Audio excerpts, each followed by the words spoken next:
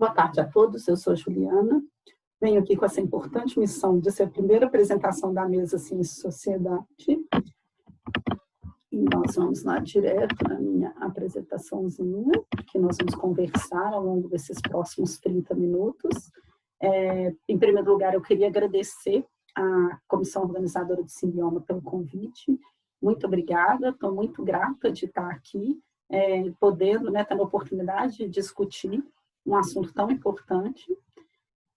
Também queria agradecer e desejar as boas-vindas aos meus companheiros de mesa, a Liana, nossa moderadora, a Paulo e o Eduardo, que vão apresentar em seguida. Muito obrigada também por estarmos juntos, discutindo esse assunto. Eu espero realmente que essa mesa traga perspectivas de discussão bastante provocativas, já que estamos abordando temas tão importantes que envolvem a ciência e a sociedade. Eu, além da missão de ser a primeira apresentação, ainda tenho a missão de trazer um tema tão abrangente que é a educação ambiental. E aí eu fiz um título um pouco provocativo para isso. Educação ambiental, cidadania ecológica ao alcance de todos. Eu sou Juliana Silva França, eu sou bolsista do Programa de Capacitação Institucional do IMA, do Instituto Nacional da Mata Atlântica, ligado ao MCTI, aqui no Espírito Santo, no município de Santa Teresa. Sou bióloga, licenciada em Biologia, e tenho doutorado em Ecologia, Conservação e Manejo da Vida Silvestre pela UFMG. E isso vai explicar muito do sotaque que vocês vão escutar aí ao longo dos 30 minutos de palestra, quando se fala em educação ambiental, se eu tenho que falar do tema educação ambiental, eu não consigo iniciar sem chamar atenção dessa visão egocêntrica de mundo, Ela foi perpetuada por gerações, desvalorizando as demais espécies e colocando o homem como centro do universo. Isso contribuindo para os processos de degradação ambiental. E a educação ambiental, ela vem caminhando totalmente interligada ao fato dessa nossa visão egocêntrica de mundo. E as questões ambientais, elas historicamente, elas vêm sendo construídas, elas vêm trazendo informações da sua importância ao longo dos anos, ao longo dos séculos. E eu trouxe aqui alguns fatos históricos que representam muito bem essa discussão em termos de questões ambientais, como, por exemplo, a industrialização, o início da industrialização ou o início da Revolução Industrial, por volta de 1760, na Inglaterra, com a máquina a vapor. E também algumas questões que relacionam especialmente o processo da humanidade, do crescimento, do aumento da humanidade, das populações humanas, em relação ao uso dos ecossistemas, ao uso do meio ambiente. E, por exemplo, aí eu trouxe um exemplo, que é datado de 1700, quase 1800, 1798, que foi a teoria de Thomas Malthus, ou a teoria populacional malthusiana, que discute essa relação entre o crescimento populacional, ele considerava, ele previa que esse crescimento populacional ele seria geométrico, e a produção de alimentos, com a produção de alimentos acompanhando isso aritmeticamente. Com isso, ele previa um colapso em termos de alimentos para a população ao longo dos séculos, e essa teoria ela foi uma teoria bastante controversa. Na verdade, é uma teoria que tinha falhas, Ela não considerava, por exemplo, o avanço das tecnologias na produção de alimentos. Então, ela teve falhas, ela foi sendo adaptada, readaptada, mas aí traz desde 1800 já essa preocupação em termos de questões ambientais e da relação do homem com o meio ambiente. E também, aí, em 1860, uma data, um período histórico marcante, já considerando o novo processo industrial, o uso de carvão, de petróleo e de novas máquinas, trazendo também essa relação de impacto do homem sobre o meio ambiente. E só 100 anos depois, ou 200 anos, né, 2 séculos depois do início do período de Revolução Industrial, é que começa oficialmente uma discussão em nível global a respeito da importância dessas questões e como que nós devemos considerar essas questões, que foi a nossa Rio 92.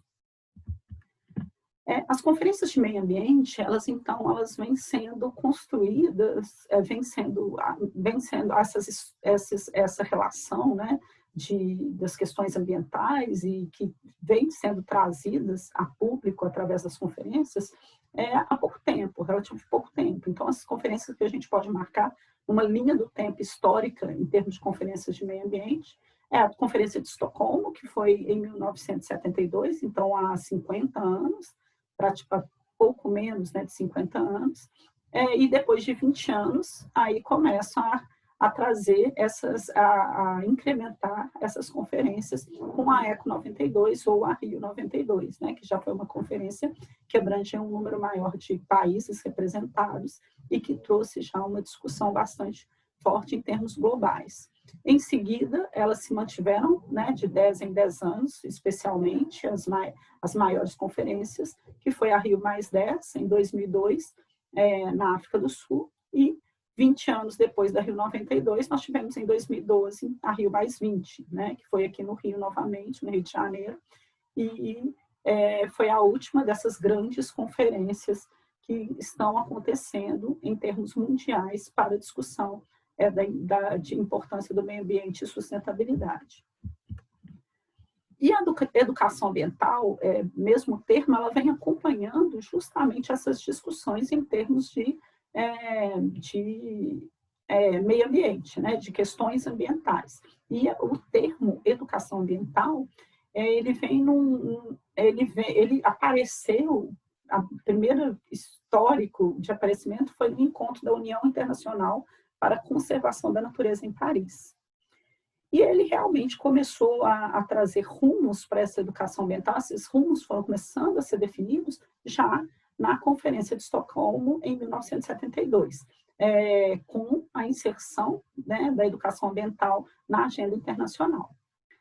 5 anos depois, nós tivemos, então, a Conferência Intergovernamental sobre Educação Ambiental, que foi uma parceria da Unesco e na época, então, recente Programa de Meio Ambiente da ONU, que é o PNUMA. Após esses primeiros passos da educação ambiental, da discussão da educação ambiental, aí em 1992, né, no Fórum Global, durante a Conferência das Nações Unidas sobre Meio Ambiente e Desenvolvimento, né, a Rio 92, tivemos, então, o primeiro Tratado de Educação Ambiental para Sociedades Sustentáveis e Responsabilidade Social. Então, a educação ambiental ela vem historicamente sendo discutida. Sua primeira conferência, então, é considerada a Conferência de 1977, 5 anos após a Conferência de Estocolmo, que foi uma conferência intergovernamental, né, de educação ambiental que aconteceu na Geórgia. O Brasil ele possui uma política nacional de educação ambiental, né, que é a Lei 9.795. E essa lei ela foi instituída em 1999. E a educação ambiental ela é importante ser trazida como um tema interdisciplinar, significando que, além do meio ambiente, da ecologia, dos estudos ecológicos em meio ambiente, as questões ambientais elas têm que envolver também, elas envolvem tanto os aspectos políticos como os sociais, os econômicos e os culturais. E a partir de então, a educação ambiental ela se constrói, ela é um processo de construção de aprendizado e focado em questões ambientais. E seus objetivos trazem, entre outros, gerar ações para a conservação do meio ambiente e realização de práticas sustentáveis, levar o indivíduo a perceber o meio ambiente como um todo e compreender que a relação sociedade-natureza ela é indispensável para a manutenção da vida e para a nossa manutenção, né, para a manutenção das populações humanas. E, então, eu trago aqui a definição de educação ambiental em nossa lei, né, na lei de 1999.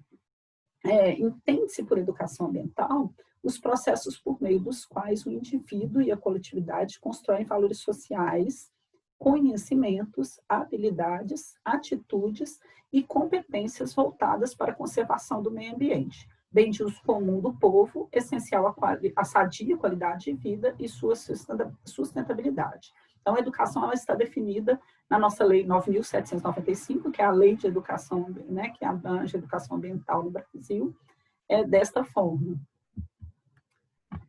E quando nós usamos o termo, então, educação ambiental, ela propõe ensinar e quais são os processos de educação. Então, nós temos aqui, basicamente, eu trouxe aqui os 3 processos principais de educação, que são o formal, o informal e o não formal. E quem são eles? Como são? A gente poderia simplificar, né? Trazer esse tipo, quais são esses processos de educação. Então, a educação formal seria o sistema educacional hierarquicamente estruturado e cronologicamente graduado, ou seja, a educação das escolas, das instituições de ensino. A educação informal é aquele processo realizado ao longo da vida, onde cada indivíduo adquire suas atitudes, seus valores, os seus conhecimentos e garantem a sua experiência, não vão ganhando a sua experiência e influências educativas do seu cotidiano. Então, a educação informal seria aquele processo de adquirir conhecimentos no seu dia a dia, né, pelo seu cotidiano. E a educação não formal, que seria qualquer atividade organizada fora do sistema formal de educação. Então, fora das escolas, ou fora daquela determinação de abordagens dentro da educação formal, que pretende servir a pessoas previamente identificadas como aprendizes e que possuem objetivos de aprendizagem.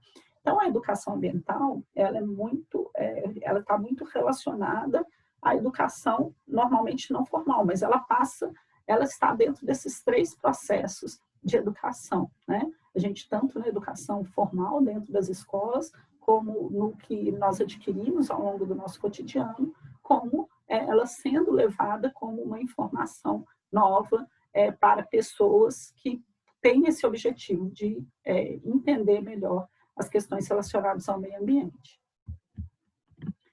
E a educação ambiental, ela vem também sendo construída em processos, né? O que nós chamamos de 3 momentos básicos de transformação, que são termos muito utilizados em atividades que envolvem a sociedade e que estão intimamente ligados a esses processos, ao processo da educação ambiental, que são a sensibilização, a conscientização e a mobilização.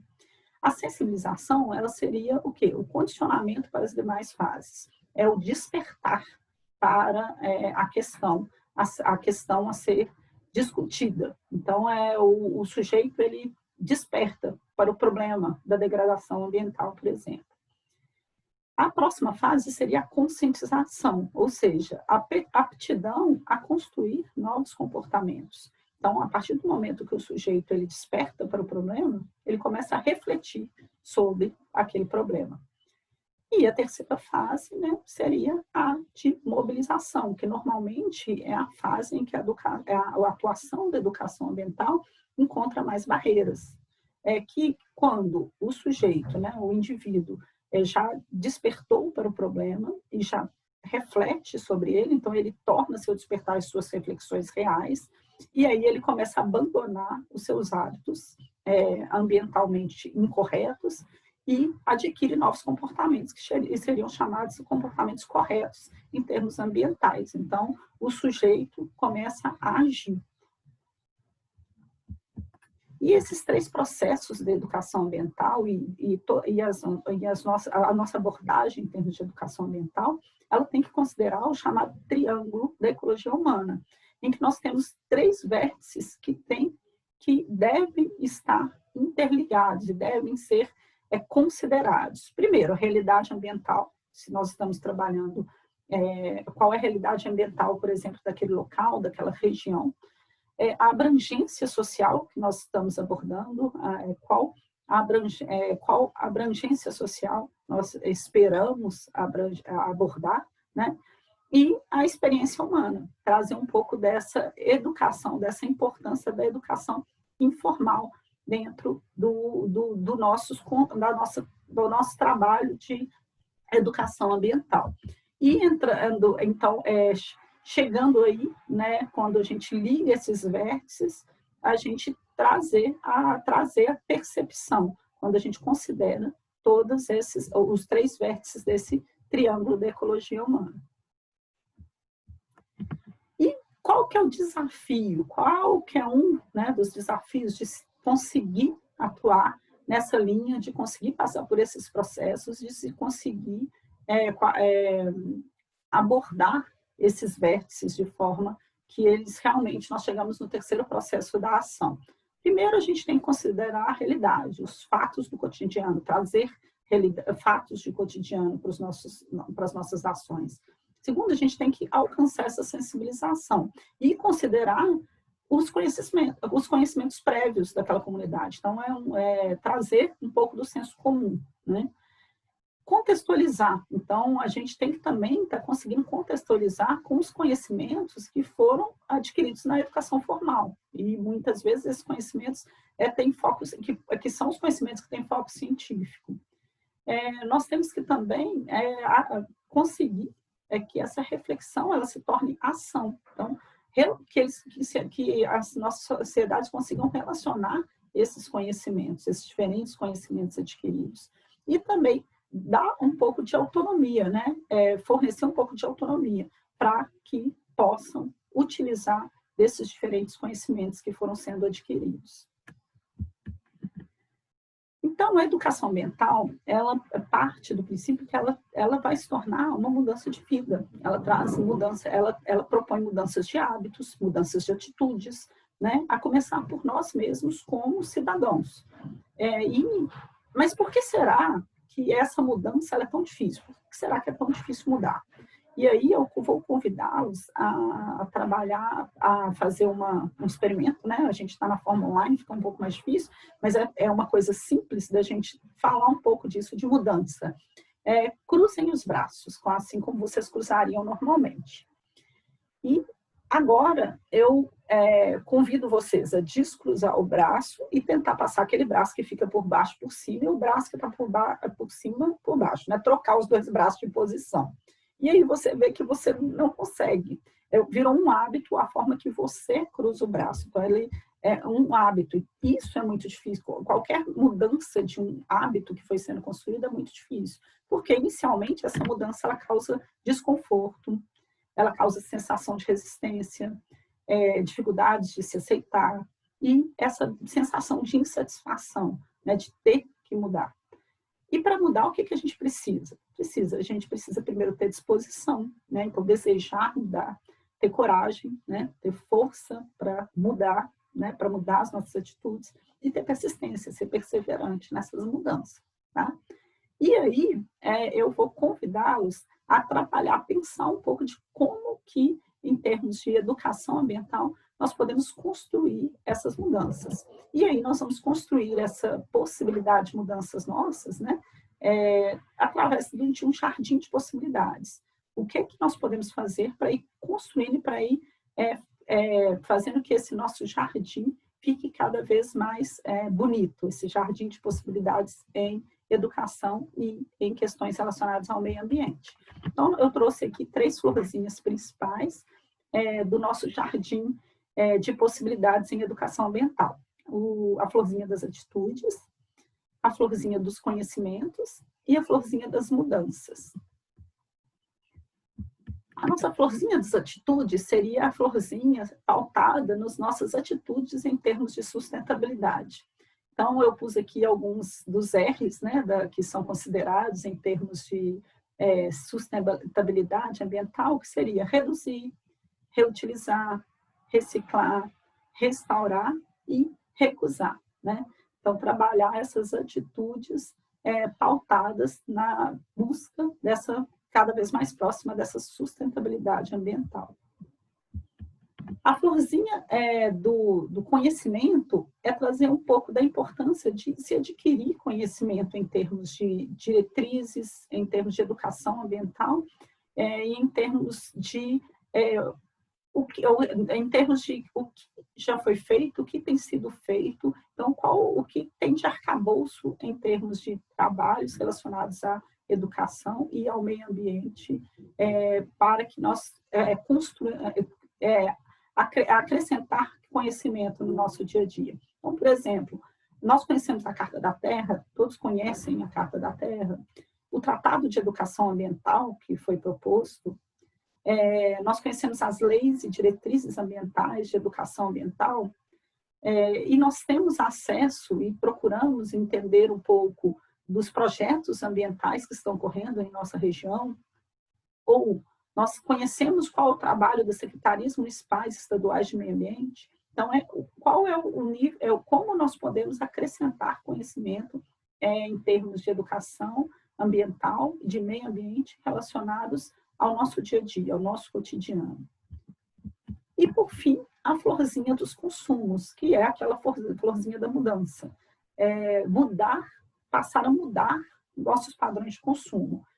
Através de um consumo mais sustentável, ou seja, consumir o necessário, de ter uma alimentação mais saudável, de preferir com produtos mais sustentáveis de uma forma geral, de usar racionalmente tanto água quanto energia, usar racionalmente os bens que nos são fornecidos também pelos ecossistemas, e, além disso, atenção para propagandas, atenção para exatamente o que está sendo vendido para nós, né? Qual a propaganda que nós estamos comprando em termos de meio ambiente. Trabalhando, né, em função de regar as nossas florzinhas, regar um pouco desse nosso jardim de ideias sustentáveis, então, melhorar um pouco as nossas atitudes, trazer um pouco, adquirir um pouco mais de conhecimento a respeito e regar um pouco de mudanças, né, mudar um pouco mais, a gente vai, então, alcançar o nosso ideal jardim de ideias sustentáveis, que seria um jardim com boas atitudes, com bons conhecimentos e com que nós tenhamos alcançado grandes mudanças, especialmente mudanças em termos de atitudes sustentáveis, né? E aí eu trouxe algumas frasezinhas só para, né, só para chamar a atenção dessas discussões em termos de sociedade e meio ambiente nos últimos tempos, né? Primeiro que o homem moderno ele perdeu o prazer do silêncio. As coisas elas não eram descartáveis, a gente escuta isso muito hoje, elas eram guardáveis. O homem deseja tantas coisas, no entanto ele precisa de tão pouco. E o futuro ele é um presente que deixamos para nossos descendentes e esse presente será bom ou ruim, né? Dependendo muito de nossas atitudes. Então, algumas frasezinhas para a gente refletir quando nós estamos pensando em questões ambientais e nós estamos pensando na nossa própria educação ambiental. Quando esses trabalhos que relacionam, nossos trabalhos que relacionam educação e meio ambiente, eles estão pautados especialmente numa expectativa em termos de como que a gente pode minimizar ou diminuir essa degradação que a humanidade vem trazendo para o meio ambiente. Então, por exemplo, a nossa proposta é que, a partir do momento que a população construa valores sociais, conhecimentos e habilidades através da educação ambiental, nós nos tornemos, então, de uma forma geral, nós tenhamos formado cidadãos que possam participar das políticas públicas através da proposição e implementação de ações em prol das nossas cidades e que nós tenhamos cidades que vêm crescendo de forma mal planejada, que elas consigam começar já a ser trazidas, construídas de maneira bem planejada, impactando menos o meio ambiente e isso ser um fruto da nossa educação, da educação ambiental de grande parte da nossa população, das populações humanas, né? A valoração, considerar a importância desses trabalhos de educação ambiental. Primeiro,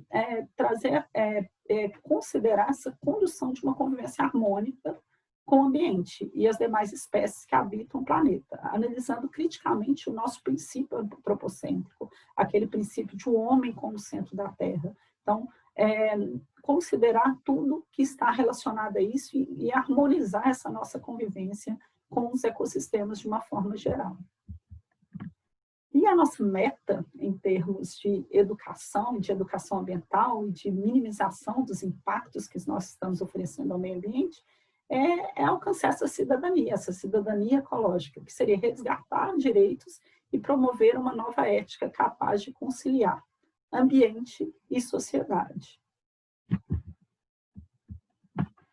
Quais seriam potenciais ferramentas, quando a gente fala educação ambiental e a gente escuta tantos termos, quais seriam potenciais ferramentas? E eu estou citando aqui duas que são extremamente importantes e que vão ser discutidas nas próximas palestras. Então, eu não vou me alongar muito, né? A divulgação científica, que seria difundir, disseminar e popularizar a ciência, né? Difundir conhecimentos, popularizando o método científico, a ciência, e a ciência cidadã, né? São formas que é uma pesquisa participativa, então, envolver parceiros entre voluntários, não acadêmicos e acadêmicos em investigação científica, trabalhar junto a comunidade com os pesquisadores formais. Mas eu não vou me alongar, como eu disse, porque isso vai ser discutido nas próximas palestras, né?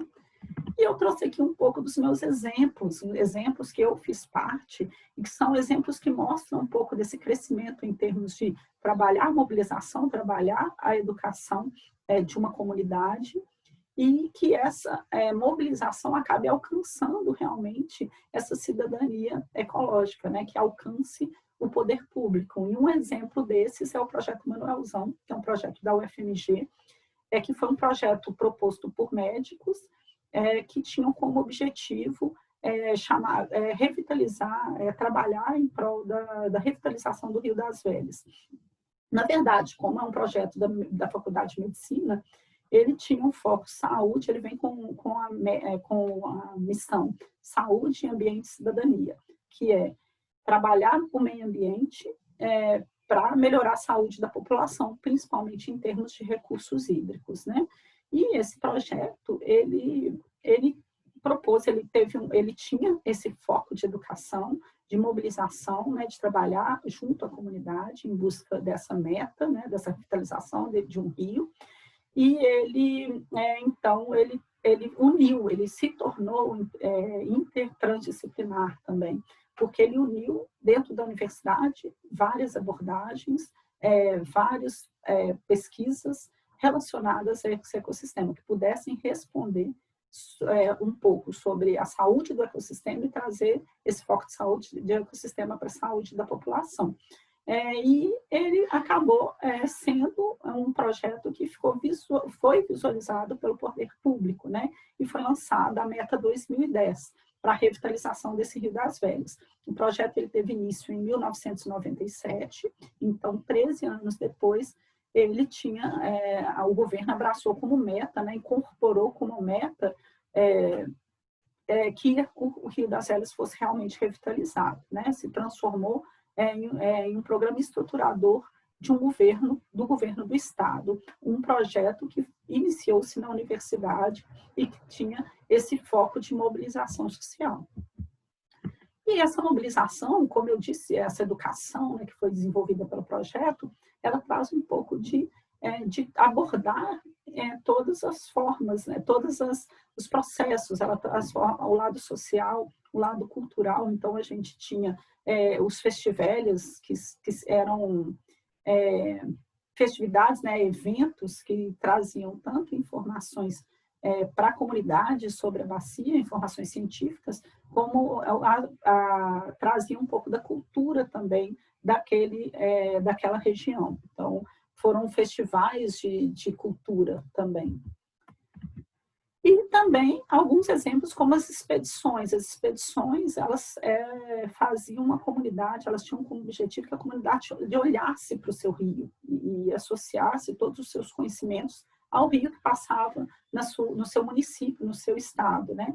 Então, as expedições, elas traziam pessoas de dentro do rio, né, descendo o rio de caiaque, e alguns pesquisadores por fora do rio, descendo o rio, e parando nas cidades, fazendo palestras e falando um pouco sobre, trazendo um pouco dessa proposta de educação ambiental para a comunidade de um rio que tem 800 quilômetros de extensão e abrange 51 municípios no estado de Minas Gerais.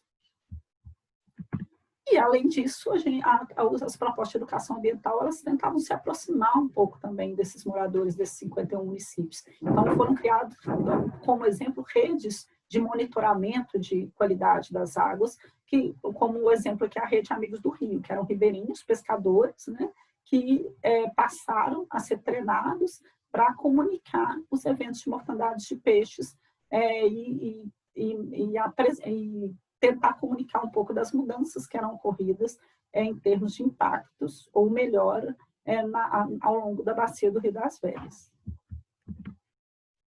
E todo esse trabalho realizado, né, que vem sendo ainda o Projeto Manuelzão, ele ainda existe, que vem sendo realizado pelo Projeto Manuelzão, ele acabou alcançando essas questões de políticas públicas, então, uma pressão política em termos de educação, né, que foi levada para a comunidade, que acabou gerando subcomitês de Bacia do Rio das Velhas, então comitês menores que tinham envolvimento da sociedade civil para discutir a importância do aumento de investimento do Estado em termos de estações de tratamento de esgoto que foram criadas, disposição adequada do nosso lixo, da importância de se ter um programa de educação ambiental estruturado no Estado, e, além disso, trazer um pouco da divulgação disso, né?